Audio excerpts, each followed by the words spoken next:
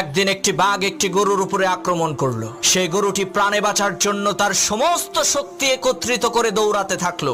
দৌড়ানোর এক পর্যায়ে গরুটি একটি পুকুরের মধ্যে লাফ দিল।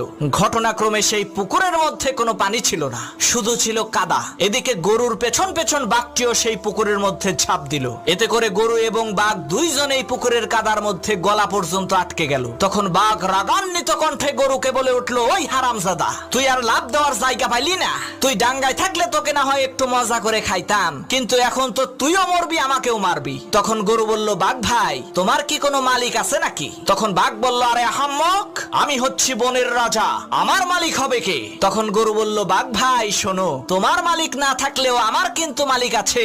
সন্ধ্যাবেলায় আমার মালিক আমাকে এখান থেকে উদ্ধার করে নিয়ে যাবে, আর লোকজন জড়ো করে আনন্দ উল্লাস করতে করতে তোমাকে পিটিয়ে মারবে।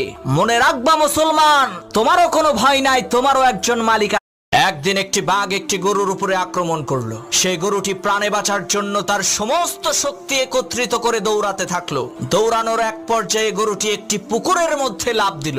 ঘটনাক্রমে সেই পুকুরের মধ্যে কোনো পানি ছিল না, শুধু ছিল কাদা। এদিকে গরুর পেছন পেছন বাঘটিও সেই পুকুরের মধ্যে ঝাঁপ দিল। এতে করে গরু এবং বাঘ দুইজনেই পুকুরের কাদার মধ্যে গলা পর্যন্ত আটকে গেল। তখন বাঘ রাগান্বিত কণ্ঠে গরুকে বলে উঠলো, ওই হারামজাদা, তুই আর লাফ দেওয়ার জায়গা পাইলি না?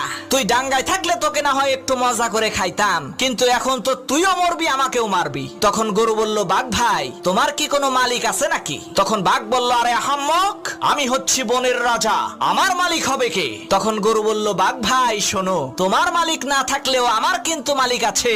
সন্ধ্যাবেলায় আমার মালিক আমাকে এখান থেকে উদ্ধার করে নিয়ে যাবে, আর লোকজন জড়ো করে আনন্দ উল্লাস করতে করতে তোমাকে পিটিয়ে মারবে। মনে রাখবা মুসলমান, তোমারও কোনো ভয় নাই, তোমারও একজন মালিক।